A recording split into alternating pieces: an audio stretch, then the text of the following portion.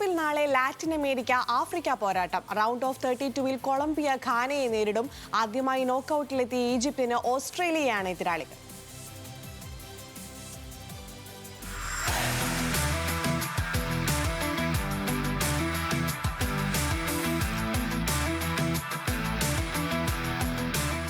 പോർച്ചുഗലിനെ വിറപ്പിച്ച് group ചാമ്പ്യന്മാരായ Colombia ഇംഗ്ലണ്ടിനെ goal range സമനിലയിൽ തളിച്ച പ്രതിരോധ കരുത്തുമായി ഘാന ലോകകപ്പിൽ ഏറ്റുമുട്ടുന്നത് രണ്ട് വൻകരകളിലെ ശക്തന്മാർ.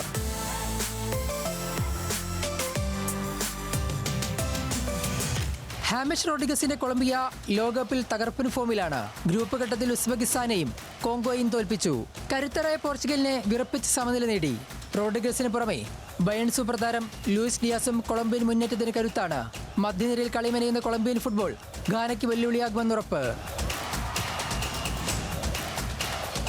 പ്രതിരോധ കരുത്താണ് ഘാനയുടെ മറുപടി. ഇംഗ്ലണ്ടിന്റെ പേരുകെട്ട മുന്നേറ്റത്തിനെതിരെ ഗോൾ വഴങ്ങാതെ 90 മിനിറ്റും പിടിച്ചുകെട്ടി. കൊളംബിയ ഏറ്റുമുട്ടേണ്ടി വരിക ഈ പ്രതിരോധത്തോടായിരിക്കും.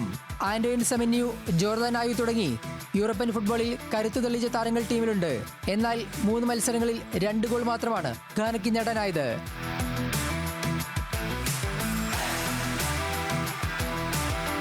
ലോകകപ്പിന് നോക്കൌട്ടിൽ ആദ്യമായി എത്തുന്ന ഈജിപ്തിന് ഓസ്ട്രേലിയയാണ് എതിരാളികൾ. മുഹമ്മദ് സലായുടെ നേതൃത്വത്തിൽ കരുത്തരായ ബെൽജിയത്തിനെതിരെ സമനിലയും ന്യൂസിലൻഡിനെ തോൽപ്പിച്ച് ലോകകപ്പിലെ ആദ്യ ജയം ഈജിപ്ത് സ്വന്തമാക്കിയിരുന്നു. ഇന്ന് വിജയിച്ച് ചരിത്ര നേട്ടത്തിനായിരിക്കും ഈജിപ്ത് ശ്രമം.